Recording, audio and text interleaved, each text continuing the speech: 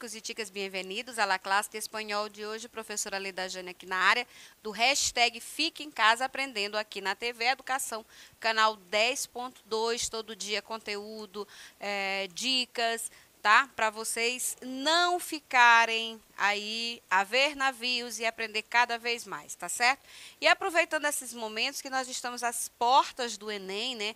Para fazer aquela revisão, dar aquela estudada, reforçar um conteúdo que você não conseguiu assimilar, dá um pulinho lá na plataforma Gonçalves Dias. Lá todas as nossas aulas estão lá para vocês à disposição, juntamente com material de apoio, né? Apostilas, atividades e muitas dicas. Também nós temos no Spotify, né, os podcasts e na Rádio Timbira as audioaulas, todo dia no programa hashtag Fique em Casa Aprendendo, das 16 às 17, lá na 1290 MHz, que é a Rádio Timbira, tá certo? E não esqueça, também nos acompanhe lá no Instagram, @plataforma Gonçalves Dias, e lá tem também muitas dicas boas para vocês, principalmente agora pertinho do Enem, tá? Então não deixe de nos seguir, não deixe de nos acompanhar e não fique de fora, fique por dentro de tudo que rola na educação aqui com a plataforma Gonçalves Dias, tá bom? Então vamos para a aula de hoje. Hoje nós vamos falar de manifestações culturais, tá? Muitas aulas a gente tem sobre esse tema, sempre voltando para uma coisa específica.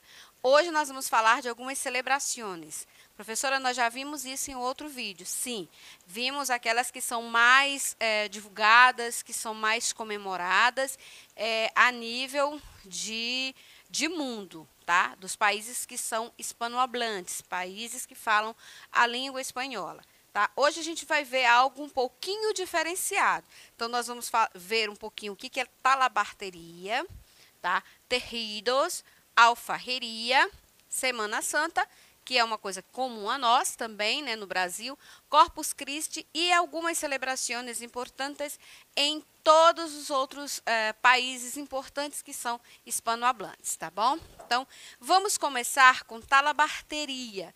Que nome estranho, o que significa? É um nome que, basicamente, ele não tem uma tradução compreensível para nós, brasileiros. Porém, quando nós começamos a falar desse tópico, nós vamos perceber que ele é muito comum, né?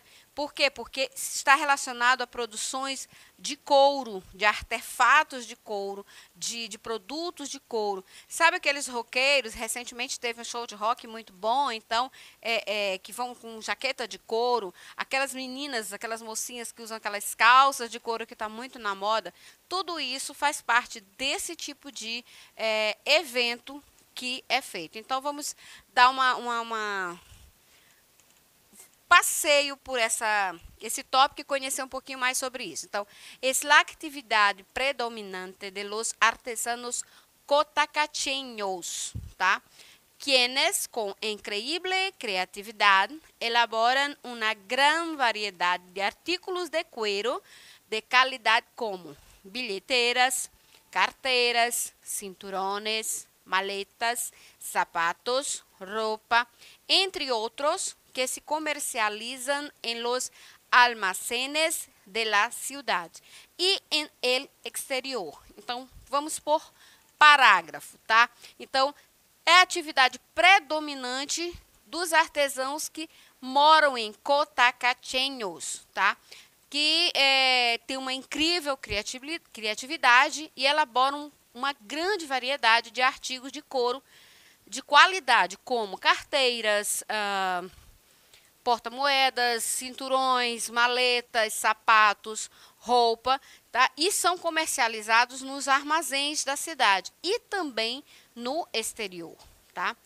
Cotacachi é conhecida como a cidade capital del cuero debido a la infinidad de productos en cuanto a color, calidad, diseños y precio.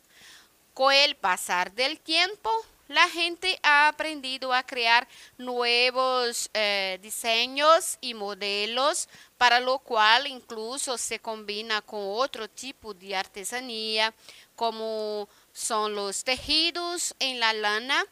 Dicha combinação lo vuelve único e atrativo. Então, o que eu estou querendo dizer aqui? Cotacachi, tá? Que é o nome do local, é conhecida como a cidade capital do couro, devido à infinidade de produtos, a sua cor, a qualidade, os seus desenhos e o preço também, tá? Então, com o passar do tempo, as pessoas aprenderam a criar novos desenhos e modelos para o que inclui, inclusive, uma combinação com outro tipo de artesanato que a gente vai ver daqui a pouco, que são os tecidos, tá? Então, o desenho do couro, tá? No tecido. E também essa combinação acaba sendo única e atrativa, porque o que leva você a comprar um artesanato é, além da qualidade, né, é a atração que você sente por ele, pelaquela imagem, pelo aquele desenho, por aquele bordado. Então, nós aqui no Maranhão temos uma infinidade de artesanato, né, de primeira qualidade, e que a gente tem exatamente esse impacto. Então, não é diferente lá em Cotacachi. Tecidos. Eu falei para vocês agora há pouco a respeito do desenho no couro, né? No tecido, o desenho de couro, detalhes de couro no tecido. Então, é mais um complemento, é mais um tipo de artesanato que é celebrado. Por que celebrações? Porque ele é celebrado, ele é o mais importante. Então, por isso, tem todo um aparato, digamos assim. Então, tecidos, que são tecidos, tecelaria, tecelagem. Em base à lacabudia processada, venas de los árboles y mimbre las mujeres del Valle de Intag confeccionam artesanias de tipo decorativo como alfombras, cortinas, porta-macetas, carteiras, bolsos, cinturones, entre outros, de diversos colores teñidos com elementos naturais. Bem, vem essa produção toda desse tecido, desse bordado, dessa tecelagem, vem de elementos como árvores, tá? E as mulheres de Intag, que é o local, tá? confeccionam esse artesanato no tecido, certo? Então, o que elas fazem? Elas fazem um tecido decorativo e elas produzem cortina, moedas, carteiras, bolsas, tá? Bolsas, cinturões, entre outros. Não sei se vocês já observaram em alguns filmes ou algumas postagens, ou pesquisando mesmo sobre a indumentária do México, por exemplo. É uma indumentária bem conhecida. Vamos trazer alguém bem conhecido, Frida, tá? A gente falou já de Frida aqui, e a Frida, ela tem muita roupa colorida. E algumas das suas saias são bordadas, né? Então, são bordadas à mão, isso chama artesanato. E é bem um bordado diferenciado, colorido, tá? Assim acontece com as bolsas. Se você vê alguma imagem de bolsas mexicanas, você vai ver a riqueza de cores no seu bordado. Também tem, no Peru, se usa muito, uma espécie de canguru, tá? Uma espécie de bolsa para carregar o bebê dentro, onde as mulheres saem com essas crianças dentro. E sempre é um tecido bem colorido, bem bordado, ou, para quem tem melhores condições, né, uma coisa bem mais trabalhada, tá certo? De igual maneira, em base à lana de oveja e algodão, as comunidades indígenas da zona andina, como Morlán, Colimbuela, La Calera, Morochos, Chilcapamba, entre outras, elaboram bolsos, tapices, hamacas, farras, anacos, camisas e alpargatas, né? Alpargatas. Então, a lã da ovelha, ela é muito utilizada na confecção de todas essas peças, né, que vocês viram aqui. Então, todas essas comunidades indígenas, que digamos que precursora, né, foi de onde surgiu esse artesanato, são comunidades indígenas da zona de Morlán, Colimbuela, La Calera, Morochos e Chilcapamba, tá? Então, eles fazem esse tipo de artesanato e vêm para a cidade para venda e também comercializam fora, tá? Fora daqueles limites. Então, vai também para o exterior. Alfareria. Que é isso? Vocês, com certeza, alguém está me assistindo de Rosário, tá? Alguém está me assistindo de Rosário, alguém está me assistindo de Santa Rita, né? Dessa região da BR-135, ali saiu do Campo de Perizes para frente, até nas imediações de Santa Rita, talvez até chegando pertinho de Itapecuru. Quando a gente está fazendo essa viagem, nós encontramos no caminho pessoas vendendo objetos de barro, né? De barro, de cerâmica. São cofres, são imagens, vasos, tá? Então, é um artesanato de cerâmica. A alfareria também é um artesanato de cerâmica, tá? Então, as mulheres indígenas de las comunidades de Tunibamba e Alambuela desarrollaram a alfareria. Combinaram elementos binários para o trabalho perfeito de la pieza de alfareria. Tierra dura, suave, água, fuego, fresco e caliente. Então, há uma combinação que essas mulheres indígenas dessa comunidade, né, dessas duas comunidades que nós citamos aqui, Tunibamba e Alabuela, né, elas desenvolveram uma cerâmica diferenciada. Tá? Então, elas combinaram elementos antigos, elementos diversos, tá? Para esse trabalho e fazendo assim com que a sua peça de cerâmica ficasse perfeita. Então, alguns desses elementos são terra, uma terra mais dura, tá? E suave, não argila, por exemplo, tá? Água, fogo, calor, né? Que é o caliente, né? Então, esses elementos fizeram com que elas tivessem uma cerâmica diferenciada. Ah, professora, tem alguma coisa a ver com o que a senhora falou a respeito da nossa cerâmica aqui, de Rosário, de Santa Rita? Não, é um material diferenciado. Eu fiz apenas um link para vocês perceberem que nós também temos o artesanato de alfareria. Semana Santa é uma outra celebração que é muito comum a todo mundo, né? Todo o planeta passa por esse período de Semana Santa. Então, como é que isso acontece? Desde a época colonial, lá no século XVI, tá? Duas culturas distintas se fundem em América para dar origem a uma nova cosmovisão composta de elementos autóctonos, né? E europeus. Então, desde essa época colonial, lá no século XVI, duas culturas distintas se uniram na América, tá?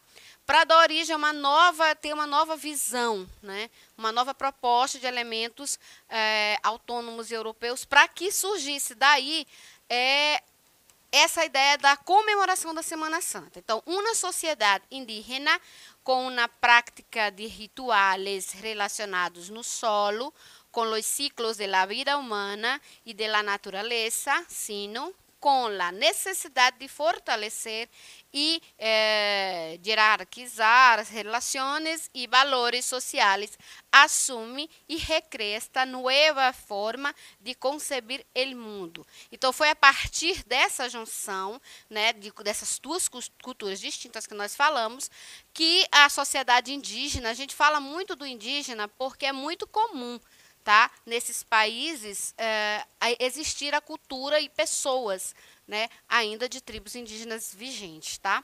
Então, eles fizeram essa junção dessas duas culturas, tá? E na partir da prática desses rituais que esses indígenas tinham, né, que eram relacionados à terra, aos ciclos da vida humana e da natureza, então eles sentiram necessidade de fortalecer esses rituais e hierarquizar nessas relações e esses valores sociais. Daí, eles recriaram uma nova forma de conceber a Semana Santa no mundo. La Semana Santa, ritual católico, es una de las manifestaciones religiosas que, introducido por la conquista española a América, impuso nuevos símbolos que recriaram rituais aborígenes. Então, a Semana Santa é um ritual tipicamente católico, tá, gente? E é uma das manifestações religiosas que foi introduzida nesse meio, digamos assim, tá? Através da conquista da Espanha. Então, a Espanha, que é muito católica, trouxe isso para a América, para esses países, tá? E impulsionou, e deu uma nova roupagem, com novos símbolos, e recriaram esses rituais aborígenes, aqueles rituais que nós falamos no slide passado. En un mundo nuevo, en el que el idioma dificultaba la comunicación, los conquistadores transfirieron a la América representaciones teatrales de episodios religiosos para afianzar los procesos de evangelización, que es en fôlego. Además, normaron la participación de los indígenas nas procesiones, né? Investiam personagens, cavalheiros e delegavam funções, confrarias. Cailavet 2000, tá? Então, o que aconteceu? Com essa nova roupagem, essa nova visão de mundo, tá? Apesar da dificuldade de se comunicar por conta do idioma, tá? O que os conquistadores, os espanhóis que chegaram à América, tá? Eles fizeram? Eles criaram representações teatrais de episódios religiosos, de episódios bíblicos, para disseminar esse processo de evangelização. Bem, gente, aqui nós abrimos um parênteses. Nós sabemos que até hoje os teatros, né, as pequenas e grandes companhias, fazem no período da Semana Santa todo aquele processo vivido por Jesus. Tá? Eles fazem as peças teatrais, eles fazem a representação. Na Igreja Católica é feito todo aquele processo da Quinta-feira Santa, do lava-pés, né?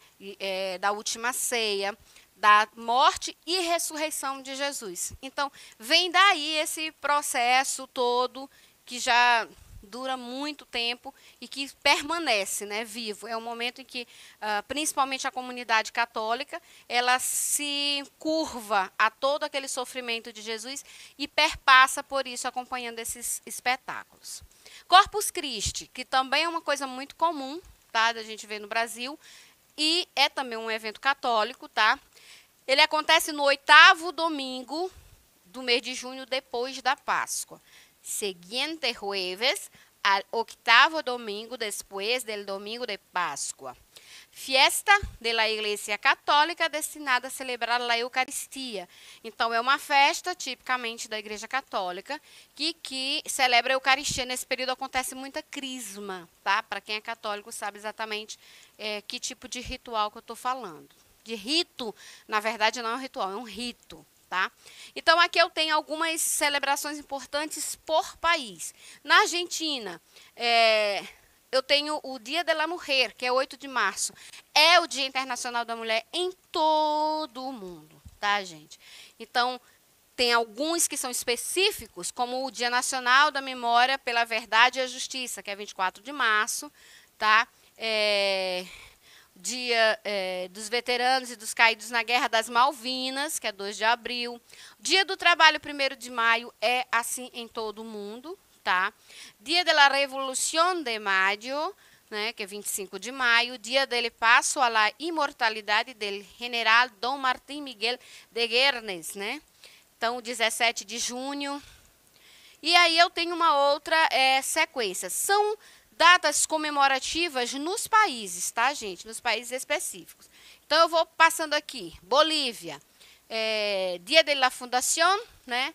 Que foi dia 22 de janeiro. Aí tem o Carnaval, terça de Carnaval, que são os dias que nós também temos aqui, tá? Observem que lá também tem o Corpus Christi, o Ano Novo. Dia da Independência lá é 6 de agosto, nosso 7 de setembro. No Chile, aqui eu destaquei alguns que são comemorados, tá? E lá tem o Encontro de Dos Mundos, Encontro de Dois Mundos, que é feito dia 12 de outubro, que aqui nós comemoramos o dia de Nossa Senhora Aparecida, né, para os católicos, e o Dia das Crianças. Na Colômbia, né, um dia que me chamou bastante atenção é o Dia de la Madre, 9 de maio, que eles mudaram para 30 de maio por conta dos aumentos de casos de Covid este ano. tá? Então, por hoje a gente vai ficar por aqui, mas leiam o resto do material, que é bem interessante, tem curiosidades. Hasta luego.